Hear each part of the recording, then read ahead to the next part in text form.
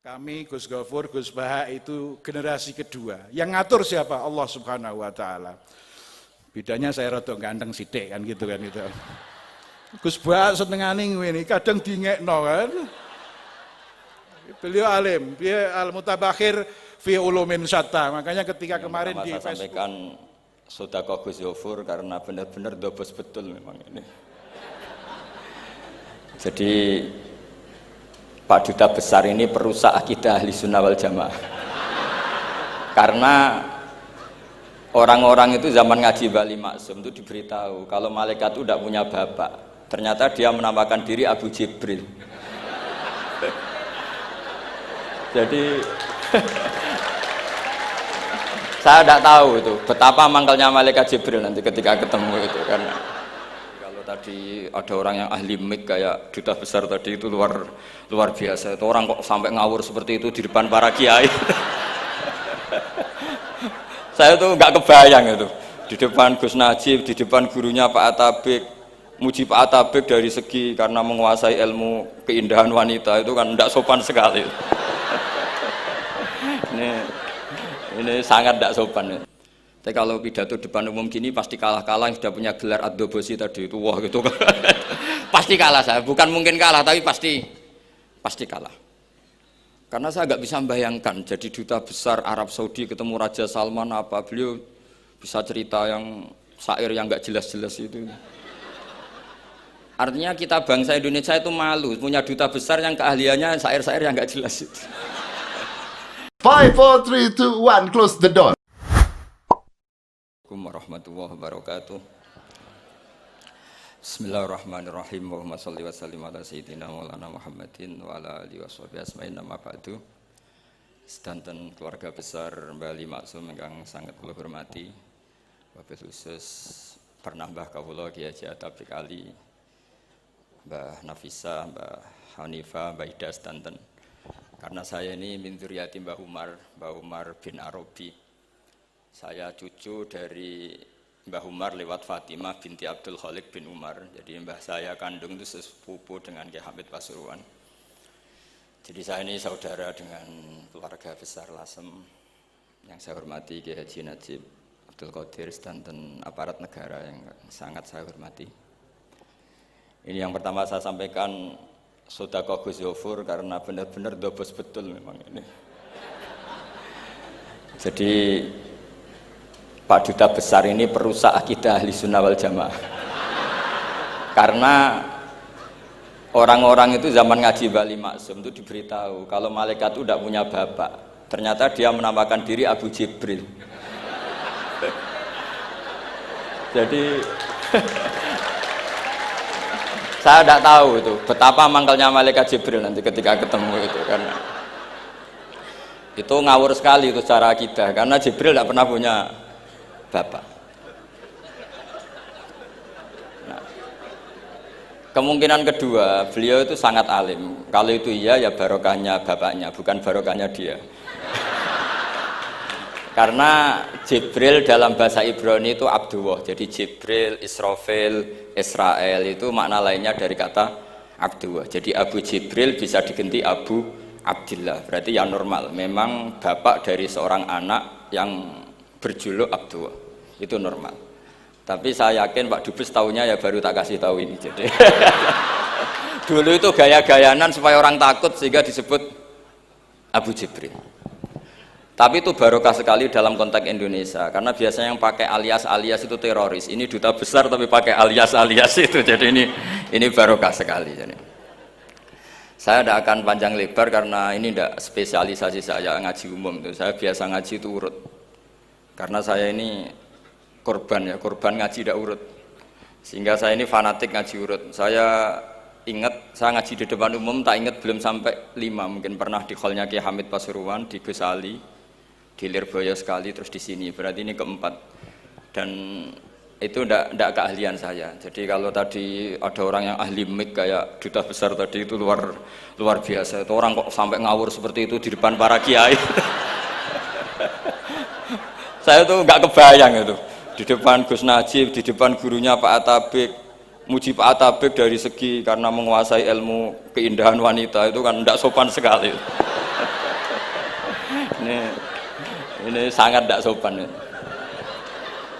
Ya tapi nggak apa-apa, itu bagus lah. Artinya bagus itu jujur, memang dari asli nggak sopan itu.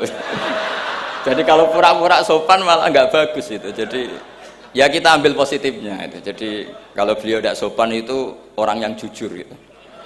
Tapi kalau beliau sopan malah aneh. Biasanya tidak sopan kok sopan itu. Teruskan, dan tentu yang sangat saya hormati mertua dari Gus Zofur, Pak Jirjis. Saya ini orang paling takut Pak Jirjis karena beliau dulu pernah ingin Gus Zofur di sini sebagai pengajar tafsir, tapi diambil lagi oleh abahnya, sehingga saya ini orang paling nggak siap ketemu Pak Jirjis karena proyeksi beliau itu akhirnya ya berhasil, tapi di negara lain, finahyatin ukhra, yaitu sarang, karena beliau inginnya sistem pengajaran tafsir besar di sini, tapi akhirnya Mbah Mun menghendaki di sarang. Saya cerita sedikit tentang Mbah Ali Maksum dan Mbah Mun, dan karena beliau juga teman Mbah kandung saya di Termas. Mbah saya kandung Mbah Sidik dulu ngajinya juga di Termas. Ki Hamid sepupu Mbah saya putri juga di Termas. Kata Mbah Mun tuh gini, wong nak dia anak jagone kok dibak wong lu repot. Dulu yang ma'ruf murid sekaligus juga putra yang alim alamah memang Mbah Ali. Ketika di Kerapyak, sehingga orang yang ingin alim ke Mbah Maksum itu ya ke Kerapyak. Akhirnya Gus Mus, beberapa kiai besar termasuk Gus Dur ngajinya di Kerapyak.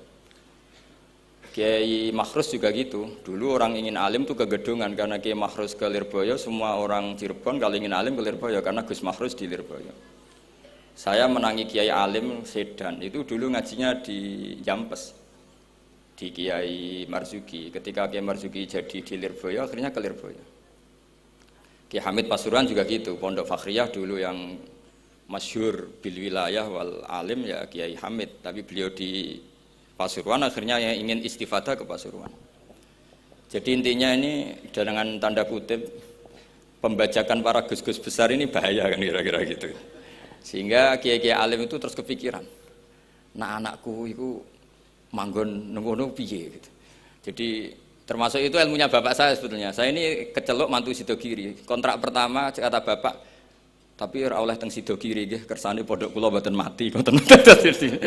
Jadi memang itu ada ilmunya. Saya tidak tahu itu ilmu yang lazim apa enggak, saya tidak tahu.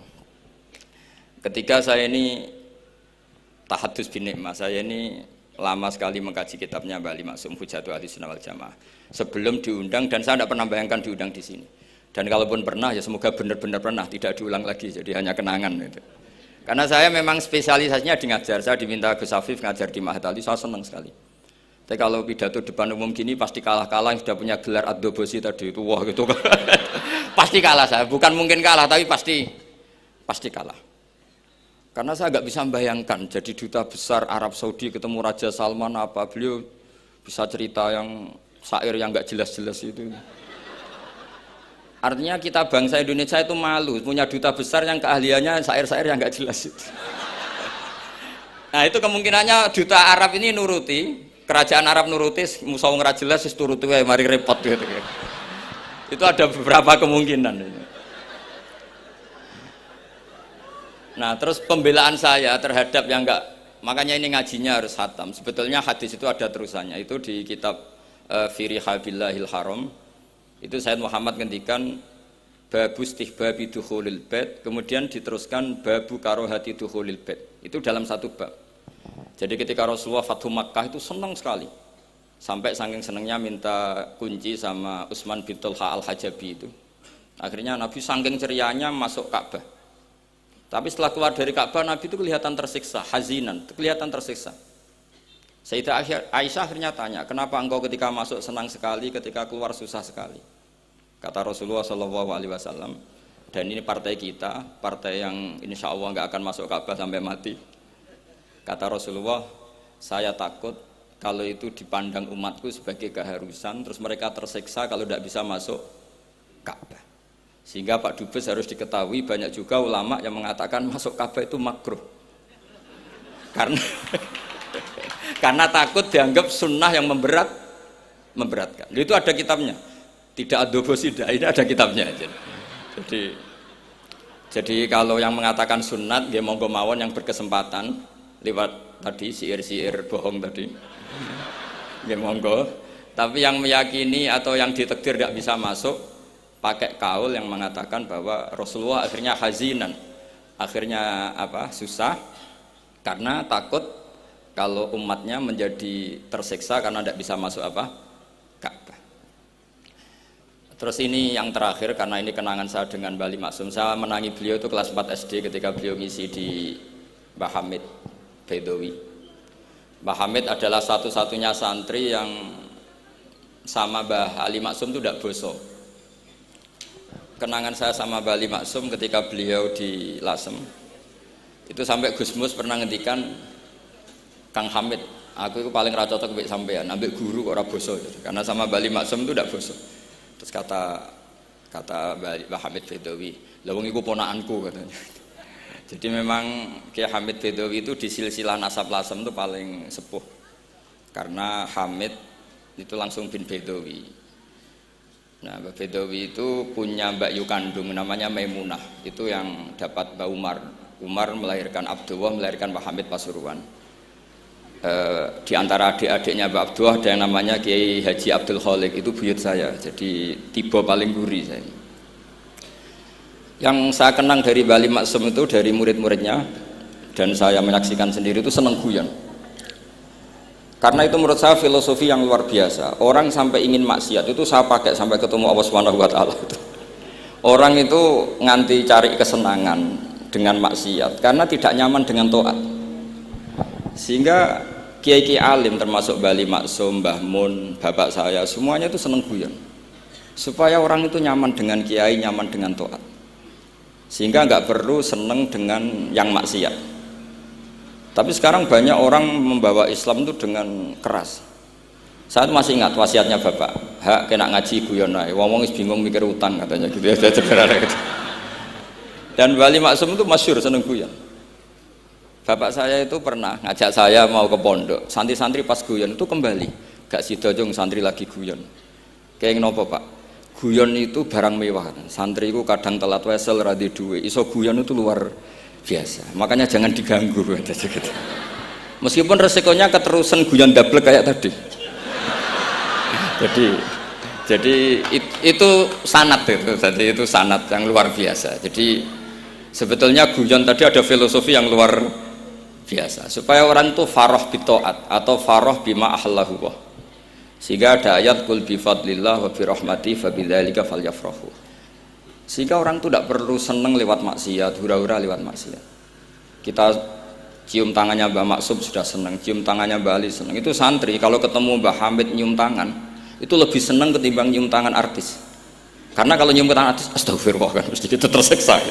Tapi kalau nyium tangannya Mbah Hamid itu dikenang sepanjang masa. Ini yang harus kita gerakkan fi zamanil akhir. Jadi orang harus terbiasa senang bitaat. Saya itu kalau sudah belajar tafsir misalnya, karena itu sesuatu yang saya tekuni. Saya belajar tafsir tidak lazim ya, tidak pakai kitab tafsir terus, tidak, seringnya pakai fikih. Ya karena saya punya guru Mbah Maimun adalah putra Ki Zubair Al-Faqih. Saya punya guru, bapak saya sendiri punya guru-guru wali. Jadi saya ini punya jalur ulama, punya jalur wali. Sehingga kemungkinannya saya itu kalau nggak ulama ya wali, atau gaduh-gaduh nggak jelas itu karena saking banyaknya. Dalam ilmu yang diajarkan Mbah Mun, diajarkan tentu beliau punya sanad ke Said Alawi sampai Rasulullah, atau lewat Mbah Karim, Mbah Hasyim juga sampai Rasulullah. Yang jelas nggak lewat duta besar karena ini mengkotek itu bahaya kalau sanad lewat apa? Duta besar. Sanadnya begini, ada riwayat yang ditulis kitab Ihya, juga ditulis kitab Khilyatil Aulia, itu memang yang menopang perilaku duta besar tadi. Inna min khiyari umati qauman yadhakuna jahron min saati rahmatillah. Itu dalam kitab Khilyatul Aulia redaksinya malah inna min khiyari umati fi ma nabba'ani al malaul a'la kauman yadhakuna jahran min saati rahmatillah. Jadi termasuk umat-umatku yang pilihan adalah itu komunitas kaum yang kalau guyu itu buan terbanter itu. Sehingga saya khawatir duta besar tadi ngakak-ngakak gitu apa bagian dari kewaliannya ya gitu. Karena disebut khiyarul ummah, umat-umat apa? Pilihan. Meskipun kayaknya enggak juga, tapi ini cerita saja kan. Jadi inna min khiyari ummati fi man nabba'ani al-malul a'la qauman yadhakuna jahran min saati rahmatillah. Lalu saya mikir kenapa itu jadi khiyarul ummah. Mbah Ali itu masyhur seneng guyon. Mbah Mun ya masyhur seneng guyon. Bapak saya seneng guyon. Saya dulu itu iskal, ada kaji itu terkenal agak punya will itu. Ya agak maksiat agak ceritanya. Ini agak katut juta besar tadi, makanya saya ngomong perempuan. Kaji itu agak ada gosip suka will. Ketika Mbah Mun ketemu bapak saya itu bilang begini, "Lho Nur, bapak saya namanya Rosalim. Apa iku ayu kok nganti kajiku senang?" "Lho ayu, Mbah." Bahkasane tentang ayu, saya dulu iskal kenapa Kiai bakas wong ayu gitu. Tapi setelah saya tambah alim, tambah tahu itu. Sama harus ikrar memang tambah alim, paham itu artinya tambah alim. Akhirnya Mbah Mun cerita gini. Nah aku kefikian malah jadi qadzaf. Jadi qadzaf misalnya gini, Anda terlalu Islam serius, pasti komentarnya gini, kaji kok demenan, kaji kok katut wedoan. Serius tapi akhirnya menabrak satu aturan yang dilarang Allah SWT. Itu kalau kamu menuduh zina jadi qadzaf, kalau kamu bilang kaji kok katut wedok jadi suudzon. Maka bahasan yang netral adalah, lo ayu no kok nganti katut ya. Ayu Mbah, iya ya wajar, wong mesti katut wong ayu gitu. Itu filosofi. Jadi di balik guyon itu ada trik untuk menghindari ke fikih atau ke ketentuan fikih yang salah. Yaitu kalau kamu kejebak ekstrim, kaji kok seneng wong ayu, kaji kok demenan, maka berarti Anda qadzaf. Qadzaf itu menuduh orang lain yang enggak jelas apa buktinya. Maka guyon ini satu-satunya cara menghindari kesalahan yang lebih fatal. Sehingga di sini dibutuhkan kemampuan seni mengelola agama supaya agama ini tetap ceria. Saya berkali-kali cerita kalau ngaji, Imam Syafi'i itu kalau ditanya, diberitahu orang yang nyium tangan jenengan, yang di depan jenengan itu hormat, itu di luar ngerasani jenengan, bully jenengan. Jawabnya Imam Syafi'i itu tertawa-tawa. Baguslah, berarti saya wibawa, di depan saya buktinya tidak berani. Kata. Jadi enteng saja. Dijawab enteng saja. Baguslah, berarti saya wibawa. Nyatanya di depan saya tidak berani. Tapi banyak orang membenci jenengan karena fikih jenengan. Jawabnya Imam Syafi'i seneng lagi. Baguslah, nggak seneng saya pasti nggak pernah ngutang saya. Coba kalau kamu seneng juta besar itu pasti minta tolong. Mau masuk apa saja lah.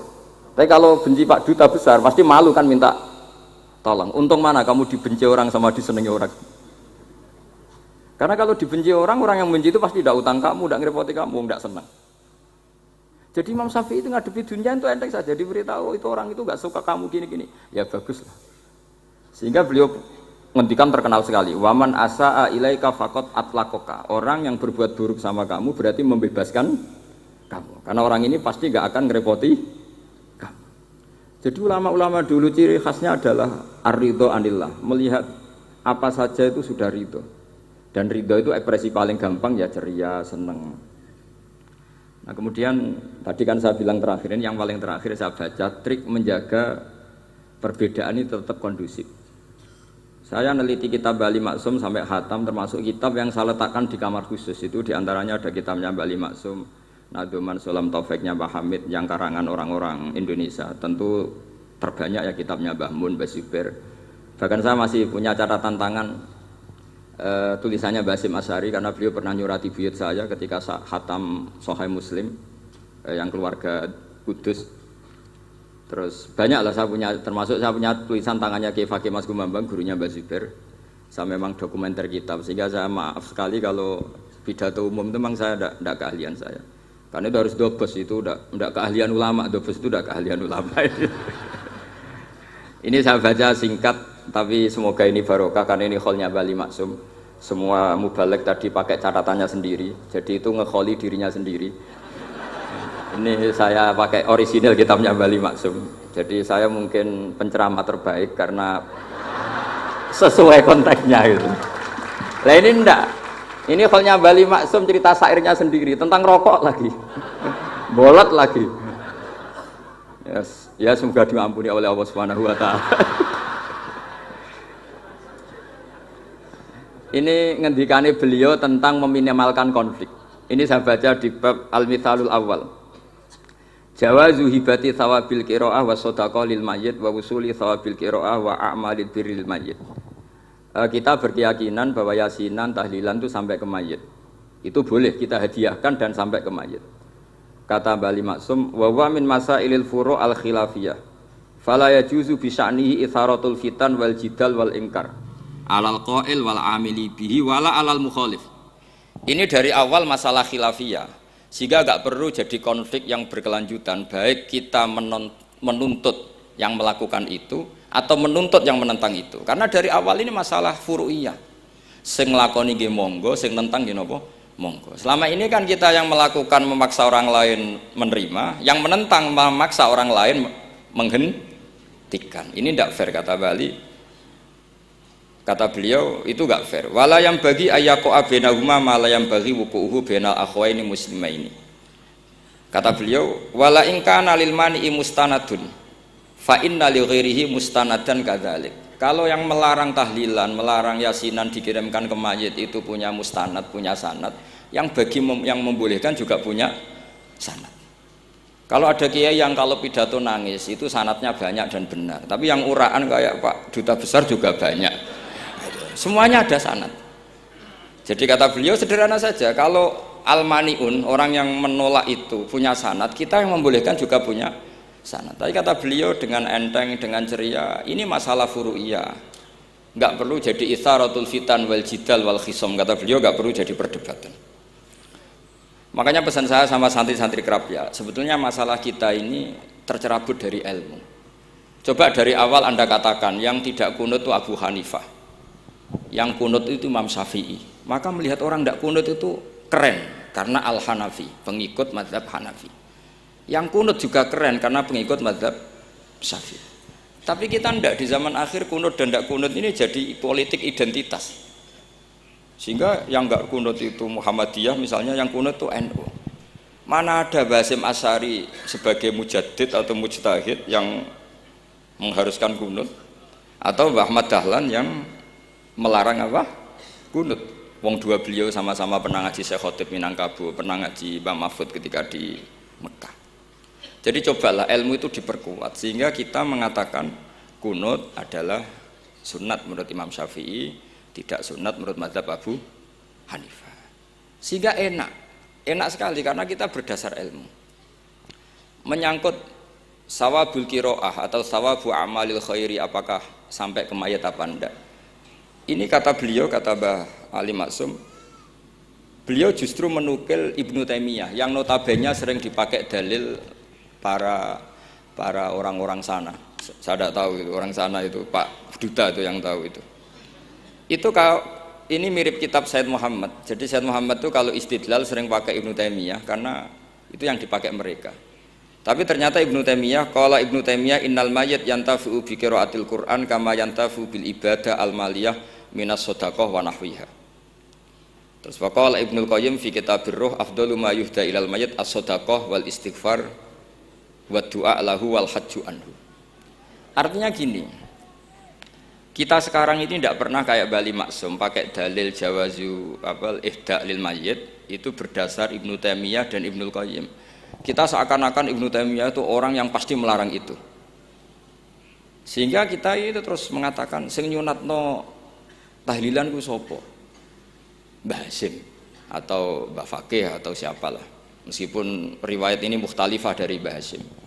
Pertanyaannya adalah terus kesannya yang membolehkan itu hanya kiai lokal itu, kiai nasional itu.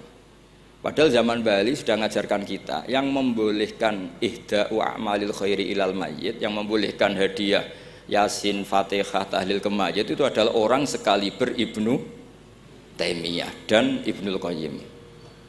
Sehingga dengan kita pakai ilmiah yang diterapkan Bali Maksum, kita ini merasa orang keren, orang global, orang yang keren dah. Karena guru-guru kita Bali Maksum, Mbah Hamid biasa mentahlili, Mbah Munawir semua mentahlili guru-gurunya. Di level ulama global ada Ibnu Taimiyah dan Ibnul Qayyim. Tapi karena kita tidak baca, seakan-akan tahlilan itu hanya tradisi lokal yang tidak di ACC, tidak disetujui ulama kelas internasional. Padahal di sini jelas diceritakan Ibnu Taimiyah berpendapat qiraatul Quran yang dihadiahkan ke mayit atau tahlil itu boleh.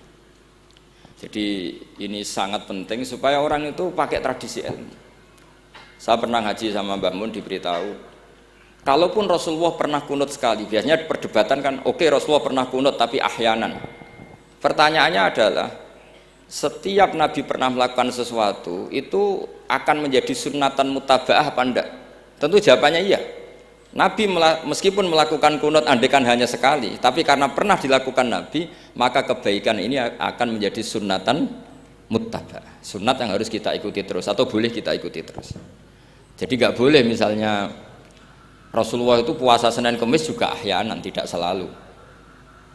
Rasulullah itu tofa rokiban juga ahyanan, bukan selalu. Tapi apa saja yang pernah dilakukan Nabi maka berstatus itu akan sunnat ila yaumil qiyamah. Sehingga nggak bisa misalnya di hadis itu ahyanan, kemudian kamu beristidlal ini boleh dilakukan hanya ahyanan karena Nabi juga melakukan hanya ahyanan. Tidak bisa seperti itu. Sekali Nabi pernah melakukan itu dan tidak dibatalkan lewat nasah mansuh, maka kesunatan itu ila yaumil qiyamah. Sehingga Imam Syafi'i cara berpikir meskipun Nabi kunut ahyanan, kalaupun itu ahyanan tentu kunut itu akan sunat ila yaumil qiyamah. Bagi yang tidak mensunatkan nggih monggo, itu ada Abu Hanifah. Makanya kata Mbah Maksum, kata Mbah Ali Maksum di sini diberi muqaddimah, wa huwa min masailil furu' al khilafiyah fala yajuzu bi sya'nihi itharatul fitan wal jidal wal inkar alal qail wal amili bih wala alal mukhalif. Jadi kita sendiri disarankan beliau, kamu juga enggak usah nantang debat sama mukhalif karena dari awal sudah masalah-masalah yang apa? Khilafiyah. Lalu terakhir pilihan-pilihan terus kemudian tetap memancing polemik. Saya mau cerita lucu di Ihya. Ihya yang katanya kitab sakral itu ya punya sisi lucu, sisi unik. Nabi Musa sebagai Nabi Bani Israel itu sering digugat karena orang Israel itu tukang debat. Terus Nabi Musa minta ijazah, ya Allah saya kasih ijazah seperti tadi. Beliau minta ijazah Mbah Mun tadi. Minta ijazah yang supaya orang itu tidak bisa berkata buruk sama saya. Semuanya muji saya. Jawabannya Allah itu unik. Ya Musa, hadza syai'un lam asna'hu li nafsi, fa kaifa asna'uhu bika. Aku pangerane sering disalahpahami, apa meneh kowe katanya. Jadi makanya kalau ada orang bully beda faham itu biasa saja. Kata Allah, hadza syai'un lam asna'hu li nafsi, itu sesuatu yang saya tidak melakukan untuk diri saya sendiri. Kata Allah, saya ini Tuhan, yang mengatakan saya punya anak ya banyak, yang anggap saya bakhil ya banyak, yang salah paham dengan saya banyak, padahal saya ini Tuhan. Kalau saya mau tak bungkam semua itu orang, itu saja tidak saya lakukan. Apa meneh terima Nabi. Makanya ini semoga ini saya gojlok Pak Duta Besar jadi pahala beliau. Karena diantara pahala itu disebabkan digojlok orang. Jadi kalau beliau tadi gojlok saya, sekarang tak balas, kayaknya pasti menang saya karena beliau sudah tidak bisa ke panggung lagi. Yang jelas saya kagum, ya saya puji betul Gus Zofur ketika dari awal memberi gelar Ad-Dobosi tadi ternyata betul. Tapi saya pastikan itu ada sanadnya, yaitu inna min khiyari ummati fima nabba'ani al-malul a'la qauman yadhakuna jarran min saati rahmatillah. Jadi diantara umat Allah yang pilihan adalah umatku yang kalau umatnya Rasulullah tentu yang kalau banter-banter karena min saati rahmatillah. Saya bayangkan kalau saya di rumah Pak Dubes dikasih makan gratis, dikasih minum gratis, kemudian di rumah itu saya merengut saja, itu kan kurang syukur. Wis ora bayar kok merengut gitu. Sama kita pakai buminya Allah, pakai airnya Allah, pakai oksigennya Allah. Modal guyu ya ora gelemen merengut gitu. Itu kalau Allah tersinggung pasti Allah ngendikan falyatul robban siwa wal yakhruj min tahti ardi wasama. Silahkan mencari Tuhan selain saya kata Allah dan keluarlah dari langit saya, dari bumi saya. Daripada diusir pangeran wis ning donya ceria wae, guyu wae, sementing aja dhewean nak pas guyu wis ngoten mawon. Wassalamualaikum warahmatullahi wabarakatuh. 5, 4, 3, 2, 1, close the door.